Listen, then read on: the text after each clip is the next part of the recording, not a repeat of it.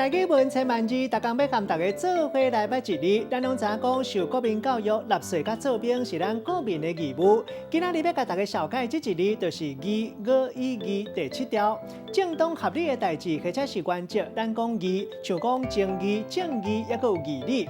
假使若是无正当、无合理，咱就讲不义，忘恩背义。用无正当的方式赚的钱，咱讲是不义之财。另外，这个义嘛有服务性质，无摕好处、无收利益的意思。咱讲义工义卖。另外有意思、有价值的代志，咱讲有意义。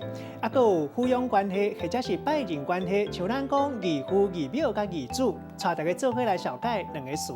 头一个读做义务，代表讲咱人伫咧社会当中应该爱尽的道德甲法律责任，像讲纳税就是国民的义务。另外付出免接受回报，咱嘛讲义，像咱就讲义务。第二个词背义，这个意思就是违背义理。